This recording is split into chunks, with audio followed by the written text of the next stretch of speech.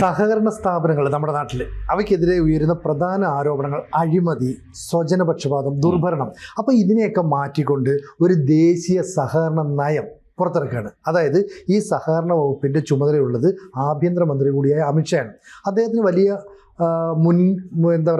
മുന്നിൽ ചില കാര്യങ്ങളൊക്കെ കണ്ടുകൊണ്ടുള്ള ചില നയങ്ങൾ, ചില പരിഷ്കാരങ്ങളൊക്കെ നടപ്പാക്കുന്നു പറയുന്നത്. ഇപ്പോൾ പറയുന്നത് സഹകരണത്തിലൂടെ സമൃദ്ധി എന്ന ആശയത്തിൽ ഊന്നിക്കൊണ്ടുള്ള ചില മുന്നേറ്റങ്ങൾ നടത്തുന്നു. ഇത് നമ്മുടെ സഹകരണ മേഖലയെ മൊത്തം ശുദ്ധീകരിക്കുമോ?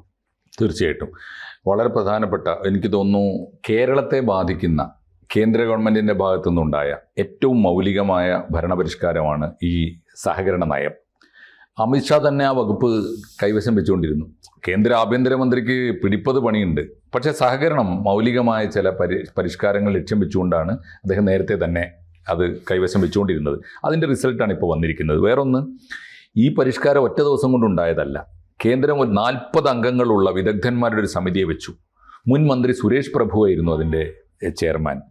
എന്നിട്ട് വർഷങ്ങളോളം ഇതിൻ്റെ മുഴുവൻ സാധ്യതകളും പഠിച്ചിട്ടാണ് ഈ നയം വന്നിരിക്കുന്നത്. ഈ നയം കേരളം ആശങ്കയോടെ കാണും. അതിന് പല കാരണങ്ങളുണ്ട്. പക്ഷേ ആദ്യം അതിൻ്റെ പോസിറ്റീവായ കാര്യം ആലോചിച്ച് നോക്കൂ. ഒന്ന്, കേരളം പോലെ സഹകരണ പ്രസ്ഥാനങ്ങൾ അത്ര ശക്തിപ്പെട്ടിട്ടില്ലാത്ത സംസ്ഥാനങ്ങളാണ് മറ്റു പലതും, പ്രത്യേകിച്ച് ഇന്ത്യയിലെ വലിയ സംസ്ഥാനങ്ങളൊക്കെ. ആ സംസ്ഥാനങ്ങളിലേക്ക് ഇത് ദേശീയ തലത്തിൽ വ്യാപിക്കും. അപ്പോൾ ഉണ്ടാകാൻ പോകുന്നത്, ഒരു സഹകരണ സംഘം പോലും ഇപ്പോഴും ഇല്ലാത്ത സംസ്ഥാനങ്ങളുണ്ട്. ഉണ്ടാകാൻ പോകുന്നത്, എല്ലാ പഞ്ചായത്തിലും ഒരു സർവീസ് സഹകരണ സംഘമെങ്കിലും വരും. 2, എല്ലാ നഗരങ്ങളിലും ഒരു അർബൻ സഹകരണ സംഘം വരും. ഒരു ജില്ലാ സഹകരണ സംഘം വരും. ഓരോ സംസ്ഥാനത്തും ഒരു അപ്പെക്സ് സഹകരണ സംഘം വരും. ഇനി അതൊന്ന് ഒരു വലിയ മാറ്റമാണ്. എന്ന് പറഞ്ഞാൽ ദേശവ്യാപകമായി വരാൻ പോകുന്ന ഒരു സെക്ടറാണത്. കേന്ദ്ര ഗവൺമെൻറ്റിൻ്റെ ഒരു മുഖം കൂടി മാറുകയാണ്. കേന്ദ്ര ഗവൺമെൻറ്റിനെ കുറിച്ച് നമ്മുടെ ഒരു ധാരണ, എല്ലാ പബ്ലിക് സെക്ടറിനെയും നമ്മൾ പ്രൈവറ്റൈസ് ചെയ്യുകയാണ്. PPP എന്ന് പറഞ്ഞാൽ അതിൽ പബ്ലിക് പ്രൈവറ്റ് പാർട്ടിസിപ്പേഷനേ ഉള്ളൂ. ഇതിനിടയിൽ വരുന്നൊരു സെക്ടറാണ് കോർപ്പറേഷൻ എന്ന് പറഞ്ഞാൽ പബ്ലിക്കുമല്ല, സമ്പൂർണ്ണമായി പബ്ലിക്കല്ല എന്ന് വെച്ചാൽ പൊതുമേഖലയല്ല, എന്നാൽ സ്വകാര്യ മേഖലയുമല്ല. അതിനിടയിൽ വരുന്ന രണ്ടും കൂടിയുള്ളൊരു സഹകരണ മേഖലയുണ്ട്. ആ മേഖലയ്ക്ക് കൂടി കേന്ദ്ര ഗവൺമെൻറ് നൽകുന്ന പ്രാധാന്യമാണ് ഇതിൽ ചൂണ്ടിക്കാണിക്കുന്ന ഒരു കാര്യം. വേറൊന്ന്, സഹകരണ സംഘങ്ങളെക്കുറിച്ചുള്ള നമ്മുടെ ധാരണ എന്താ? എല്ലാ പഞ്ചായത്തിലും എവിടെയെങ്കിലും ചെറിയ മുറിയിൽ ഒരു ചെറിയ ബ്ലേഡ് കമ്പനി പോലെ ഇരിക്കും. എന്നിട്ട് ആളുകൾക്ക് വലിയ ഈടൊന്നുമില്ലാതെ ചെറിയ വായ്പകൾ കൊടുക്കും. അത്യാവശ്യ നിത്യവൃത്തിക്ക് ചെറിയ കാർഷിക വായ്പകളൊക്കെ കൊടുക്കും. വലിയ പലിശയും വാങ്ങും.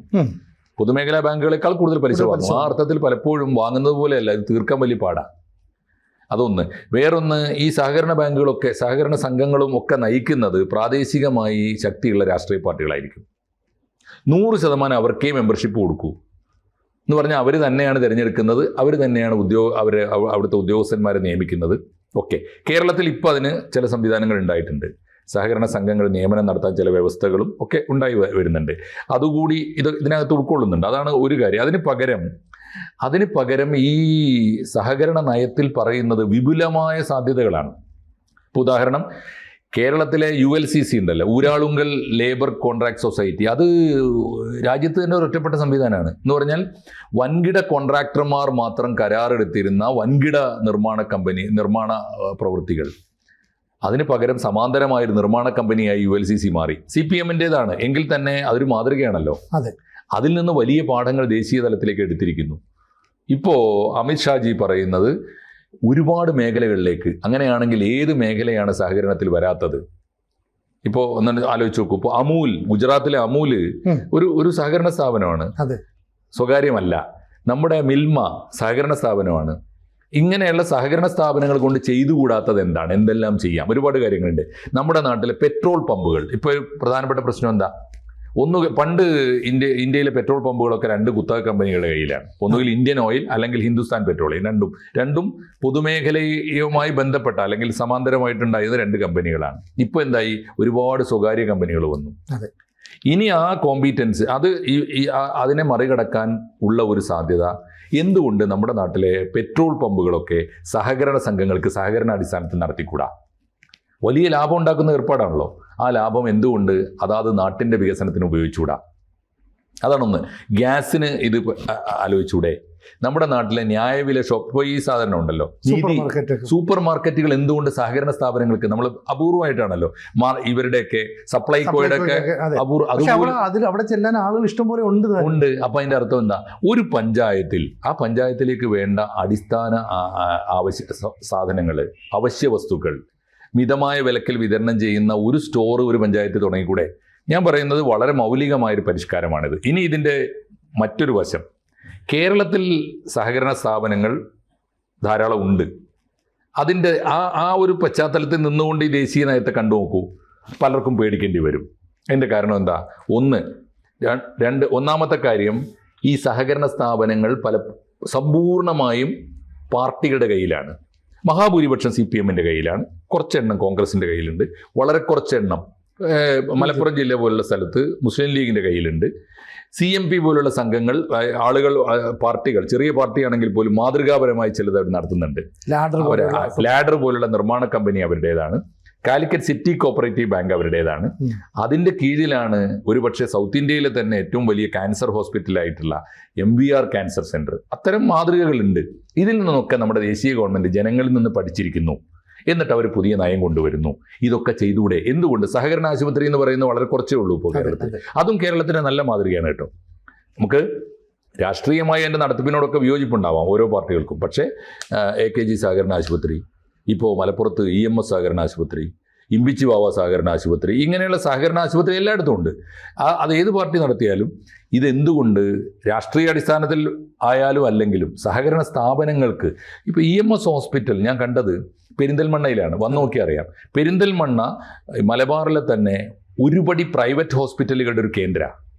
അവിടെയാണ് EMS ഹോസ്പിറ്റൽ വന്നത്. വലിയ കോമ്പീറ്റൻസിയാണ്. അവിടെ ആളുകൾക്ക് വിശ്വാസ്യതയുണ്ട്. മിതമായ നിരക്ക്, പൈസ കൊടുക്കണം, പക്ഷെ മിതമായ നിരക്കിലേ കൊടുക്കുകയുള്ളൂ. വിശ്വാസ്യതയുണ്ട്, പറ്റിക്കൂല, അനാവശ്യമായ മരുന്ന് കൊടുക്കൂല, അനാവശ്യമായ പരിശോധനയില്ല. അത് ഒരു സാധ്യതയാണ്. അപ്പോൾ അത് ഒന്ന്. രണ്ടാമത്തെ കാര്യം, അപ്പോൾ അങ്ങനെ നടക്കുന്നിടത്ത് ഉണ്ടാകുന്നൊരു പ്രശ്നം എന്താണെന്ന് വെച്ചാൽ ഇതിനകത്തെ രാഷ്ട്രീയ ഇടപെടൽ, പ്രത്യേകിച്ച് സഹകരണ ബാങ്കുകൾ. രാഷ്ട്രീയ ഇടപെടലിൽ വ്യവസ്ഥയില്ലല്ലോ. പലപ്പോഴും സംവരണം പോലും പാലിക്കുന്നുണ്ടോ എന്ന് എനിക്ക് സംശയമാണ്. അതാ പക്ഷേ ഞാൻ നേരത്തെ സൂചിപ്പിച്ച ഈ സഹകരണ ബാങ്കിലെ ദുർഭരണം, സ്വജനപക്ഷപാതം, നിയമനത്തിൽ അഴിമതി, ഇതൊക്കെയാണ് ജനങ്ങളുടെ മനസ്സിൽ സഹകരണ സംഘം എന്ന് പറയുന്നത്. അതെ, അതിനൊരു അക്കൗണ്ടിങ് വരും, മീൻസ് ഒരു അക്കൗണ്ടബിലിറ്റി വരും. അത് കുറെ കൂടി സുതാര്യമാകും. അതിന് കാരണം എന്താ വെച്ചാൽ ഇതെല്ലാം കൂടി ചേർത്തുകൊണ്ട് ഈ ദേശീയ സഹകരണ നയത്തിൻ്റെ ഒരു അടിത്തറ, ഒരു നാഷണൽ ഡാറ്റാ ബേസ് വരും. എന്ന് വെച്ചാൽ ഒരു സംസ്ഥാനത്ത് എത്ര സഹകരണ സംഘങ്ങൾ, അതിൻ്റെയൊക്കെ ബേസ് എന്ന് വെച്ചാൽ അതിൻ്റെ ഡാറ്റ എന്ന് വെച്ചാൽ അതുമായി ബന്ധപ്പെട്ട് എത്ര മെമ്പർമാർ, എത്ര പണം കൊടുത്തു, എത്ര നിക്ഷേപമുണ്ട്, എത്ര വായ്പ കൊടുത്തു, കൃത്യമായ ഡാറ്റ നാഷണൽ ഡാറ്റാ ബേസിൽ വരും. അതാണ് ഇതിൻ്റെ ഒരു പോസിറ്റീവായ കാര്യം. ഇനി ഒരു അപകടം കൂടി പറഞ്ഞുതരാം. കേരളത്തിന് വലിയ ബേജാറുണ്ടാവും. ഇതിൽ പലപ്പോഴും വന്നു ചേരുന്ന നിക്ഷേപങ്ങൾ അഴിമതി പണമാണ് എന്ന വലിയ ആരോപണമുണ്ട്. കേരളത്തിലെ സഹകരണ സംഘങ്ങളിൽ പലപ്പോഴും ഒരു പാർട്ടിയുടെ കയ്യിലാണ്. പല പാർട്ടികളും നടത്തുന്ന സഹകരണ ബാങ്കുകളിൽ സമർത്ഥമായി അവരുടെ അഴിമതി പണം ഒളിപ്പിക്കാൻ പറ്റും. അത് പല രീതിയിൽ വരുന്നുണ്ട്. CPM-നെ സംബന്ധിച്ച് തൃശ്ശൂരിൽ വലിയ ആരോപണം ഉണ്ടായത്, പല ആരോപണങ്ങൾ തൃശ്ശൂരിൽ വന്നിട്ടുണ്ട്, കണ്ണൂരിൽ വന്നിട്ടുണ്ട്, മലപ്പുറത്ത് AR നഗർ സർവീസ് ബാങ്കിൽ ഇത്തരം കാര്യങ്ങൾ വന്നിട്ടുണ്ട്, കോഡൂർ, ഈ പല ബാങ്കുകളിലും വന്നിട്ടുണ്ട്. ഇതിൽ മാത്രമല്ല, ഇതിൽ പരസ്പരം രക്ഷിക്കാനുള്ള ഒത്തുകളികളും ഉണ്ട്. അതെ, അങ്ങോട്ടും ഇങ്ങോട്ടും ഉണ്ടാവും. ഒരേ ബാങ്കിൽ, ഇപ്പോൾ ലീഗിന് വലിയ ഭൂരിപക്ഷമുള്ള ബാങ്കിലാണ് CPM-ന്റെ വലിയൊരു നേതാവിന്റെ ബന്ധുവിനെ സെക്രട്ടറിയാക്കി, അഡ്മിനിസ്ട്രേറ്ററാക്കി വെച്ചു. എന്നിട്ട് CPM-ന്റെ വലിയ നേതാക്കളുടെ അഴിമതി പണം കൂടി അവിടെ വന്ന് സുരക്ഷിതമായി ഒളിപ്പിക്കാം. ഇതൊക്കെയുള്ള സാധ്യതകളുണ്ട്. ഇതിനൊക്കെ ഒരു അറുതി വരും. എന്ന് പറഞ്ഞാൽ ഒരു സുതാര്യത വരും. മറുപടി പറയേണ്ടി വരും. എവിടുന്ന് വന്നു, എങ്ങനെ വന്നു, ആരാണ് ഇയാൾ, ഒരു ഡാറ്റ ഉണ്ടാവും. ഒന്നതാണ്. രണ്ടാമത്തെ ഒരു അപകടം, രാഷ്ട്രീയമായ വളർച്ചയ്ക്ക് വേണ്ടി ഇവർ കേരളത്തിൽ ചെയ്തു വെച്ച ചില ഏർപ്പാടുകളുണ്ട്. എന്താണത്? കേരളത്തിൽ ഇപ്പോൾ ജില്ലാ ബാങ്കുകളില്ല. കോഴിക്കോട് ഡിസ്ട്രിക്ട് കോപ്പറേറ്റീവ് ബാങ്ക്, ഇതിൻ്റെ കൊല്ലം ഡിസ്ട്രിക്ട് കോപ്പറേറ്റീവ് ബാങ്ക് അതില്ല. അതുകൂടി ലയിപ്പിച്ചിട്ട് കേരള ബാങ്കാക്കി, കേരള തലത്തിൽ ഒന്നാക്കി. മലപ്പുറം ജില്ലാ ബാങ്ക് വലിയ സമരം ചെയ്തു നോക്കി, പക്ഷേ ഒടുവിൽ വഴങ്ങേണ്ടി വന്നു. കാരണം അത് ഒരു സംസ്ഥാന തലത്തിൽ കാരണം ജീവനക്കാർ പോലും കാരണം അവർക്ക് വലിയൊരു ബാങ്കിന്റെ ഭാഗമാകാലോ. പക്ഷെ അത് മാറും. പുതിയ നയമനുസരിച്ച് ജില്ലാ ബാങ്കുകൾ ഉണ്ടാവണം എന്ന് പറഞ്ഞാൽ ജില്ലാ ബാങ്കുകൾ മുഴുവൻ ലയിപ്പിച്ച് കേരള ബാങ്ക് ഉണ്ടാക്കിയവർ ഇനി ജില്ലാ ബാങ്കിനെ പുനഃസ്ഥാപിക്കേണ്ടി വരും. അല്ല, ഇപ്പോഴും സർക്കാർ ഇപ്പോൾ സഹകരണ സംഘങ്ങളെ നിയന്ത്രിക്കുന്നത് സംസ്ഥാന സഹകരണ വകുപ്പാണ്. സഹകരണ വകുപ്പിലെ ഓഡിറ്റർമാർ അവിടെ ചെന്ന് പരിശോധന നടത്തുന്നു. പക്ഷേ അതിനകത്ത് ഒരുപാട് അഴിമതി ഉണ്ടെന്ന് പറഞ്ഞപ്പോൾ ഒറ്റയ്ക്ക് വരുന്ന ഈ ഓഡിറ്ററുടെ പരിശോധന മാറ്റിയിട്ട് ഇപ്പോൾ ഗ്രൂപ്പ് ഓഡിറ്റിംഗ് ആയി. എങ്കിൽ പോലും രാഷ്ട്രീയ സമ്മർദ്ദം ഉണ്ടാകും. ഈ ബാങ്കിൽ ഇന്ന പരിശോധന നടത്തുമ്പോൾ ചില വിട്ടുവീഴ്ചകൾ നടത്തണം, ചില സമ്മർദ്ദങ്ങൾ ഉണ്ടാകും. ഒരുപക്ഷെ ഓഡിറ്റർമാർ ആ രാഷ്ട്രീയ പാർട്ടി അനുകൂലിച്ചില്ലെങ്കിൽ അവർക്ക് ചിലപ്പം ട്രാൻസ്ഫർ ഉൾപ്പെടെയുള്ളവ നേരിടേണ്ടി വരുമായിരിക്കും.